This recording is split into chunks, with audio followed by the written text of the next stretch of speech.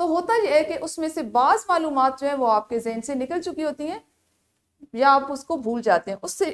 اس نقطے کو جاننے کے لیے یا اس بات سے بچنے کے لیے ضروری ہے کہ ہم اس کا خاکہ بنا لیں, اور اس سے یہ ہوگا کہ اس کے جو اہم نکات ہے یا جو بات آپ کے ذہن میں آ رہی ہے اس کو اگر آپ نے خاکہ بنا لیا, لکھ لیا, تو جب آپ لکھنے لگیں گے تفصیل سے آپ کو وہ ساری چیزیں یاد ہوں گی. مضمون کے 3 بڑے یا اہم حصے ہوتے ہیں. اس کی ابتدا, سب سے پہلا حصہ جس میں آپ تعارف کرواتے ہیں کہ آپ کیا کرنے جا رہے ہیں, کیا لکھنے جا رہے ہیں. پھر اس کے بعد تفصیل, جو متن ہوتا ہے مضمون کا, جہاں پہ آپ ہر طرح کی تفاصیل, اس کے فوائد, اس کے نقصانات, اس کے استعمال, جو بھی چیزیں جو اس کی تفصیل میں آتی ہیں اس کو درج کرتے ہیں. اور آخری حصہ ہوتا ہے اس کا نتیجہ یا اس کا اختتامیہ. پیارے بچوں, کسی بھی شخصیت, جگہ, تہوار, شہر, احساس, یہاں پہ لفظ آیا احساس, یعنی آپ جو محسوس کرتے ہیں, الغرض دنیا کی کسی بھی شے کے بارے میں تفصیل سے لکھنا مضمون کہلاتا ہے. مضمون نگاری کسی بھی موضوع پر سنجیدہ معلومات اور دلائل دینے کا نام ہے. ایسا نہیں ہے کہ آپ کو مضمون لکھنے کے لیے کہا جائے اور آپ اس میں اپنے پاس سے چٹکلے اور لطیفے اور ایسی ارد گرد کی چیزیں جو ان کو شامل کرتے جائیں, بلکہ مضمون دراصل کسی موضوع پر اس سے متعلقہ حقائق, ان کو دلائل سے بیان کرنا اور سنجیدہ معلومات کو ترتیب سے اکٹھے کرنا اور پیش کرنے کا نام ہے. مزید جانیے میں آپ کی درسی کتاب میں مضمون لکھنے کے جو مزید معلومات دی گئی وہ کچھ اس طرح سے ہے کہ مضمون لکھتے وقت موضوع کے متعلق معلومات جمع کریں, معلومات ترتیب کے ساتھ تحریر کریں, مضمون کو سادہ اور آسان الفاظ میں لکھیں, مضمون کو مکمل کرنے کے بعد ایک دفعہ ضرور پڑھ لیں, جملے چھوٹے چھوٹے فقرات پر مبنی ہوں اور مضمون کو نہایت خوش خط لکھیں تاکہ آسانی سے پڑھا جا سکے, املا کی غلطیاں بھی درست کر لیں.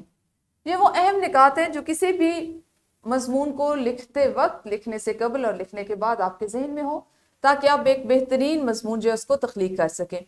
اب مضمون میں کس طرح سے اس کو لکھا جاتا ہے, کس طرح معلومات جمع کی جاتی ہیں, کن کن چیزوں کا خیال رکھا جاتا ہے, یہ میں نے آپ کو بتا دیا.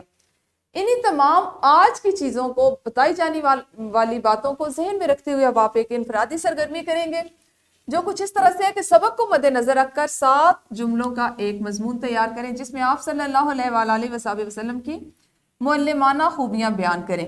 پیارے بچوں, آپ جانتے ہیں آپ جماعت چہارم میں, اور یہاں پر آپ کے ذہنی استعداد کے لیے 7 جملے جو ہیں وہ بہت کم ہیں, کیونکہ ہم نے آپ کو اس جماعت میں 10 سے 15 جملوں کو سوچنا, ان کو ترتیب دینا اور اس کو لکھنا سکھانا ہے. لیکن یہ انفرادی سرگرمی چونکہ آپ جماعت میں کر رہے ہیں جہاں پہ آپ کے پاس وقت قلیل ہے, تو اس لیے آپ کو صرف 7 جملے, آپ کو ذہنی طور پر یہ بتایا گیا ہے کہ مضمون تو ہوتا ہے, لیکن آپ اگر 7 جملے سوچ کے لکھیں گے تو ہم اس کو مضمون کا نام دیں گے. ویڈیو کو روکیے شاباش اور جلدی سے مضمون لکھیے. یقیناً انفرادی طور پہ اس سرگرمی کو آپ نے سر انجام دے لیا ہوگا. ایک آپ کریں گے گروہی سرگرمی, اور گروہی سرگرمی اس طرح سے ہے کہ آپ کی معلمہ یا آپ کے معلم جماعت کے 4 گروہ بنائیں گے.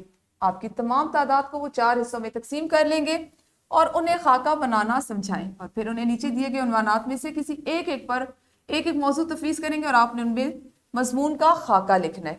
ابھی یہاں پر بات ہو رہی ہے گروہ میں مضمون کو صرف خاکہ نگاری کرنے کی, اس کا خاکہ بنانے کی. ایک گروہ جو ہے وہ بنائے گا میرے پسندیدہ استاد کا خاکہ, ایک دلچسپ خواب, ایک گروہ بنائے گا میرا پسندیدہ جانور, اور آخری گروہ بنائے گا ہماری یادگار سیر. ہر گروہ کے پاس اس میں جتنے بھی 5, 10, 15 جتنے بھی طالب علم ہیں انہوں نے مل کر دیے گئے مضمون کے عنوان پر خاکہ تیار کرنا ہے. یہ وہ گروہی سرگرمی ہے جس کو آپ نے ابھی جماعت میں کرنا ہے. تو ویڈیو کو روکیے اور اس سرگرمی کو کیجیے. یقیناً گروہی سرگرمی تو آپ لوگوں نے کر لی ہوگی. اب آپ کریں گے مشق. مشق کا ہے سوال نمبر 10.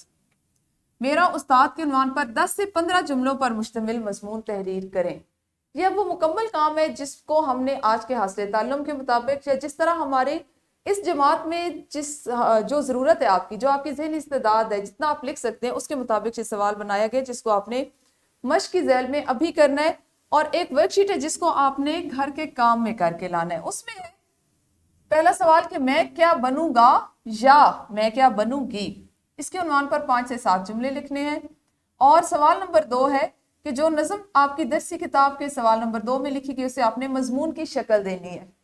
یہ ایک دلچسپ سرگرمی ہوگی, ایک تخلیقی سرگرمی ہوگی کہ آپ اس کو پڑھیں گے اور اس کو ترتیب دیتے ہوئے سادہ انداز میں، سادہ الفاظ میں، مضمون کی شکل میں یا صورت میں یہاں پر لکھیں گے۔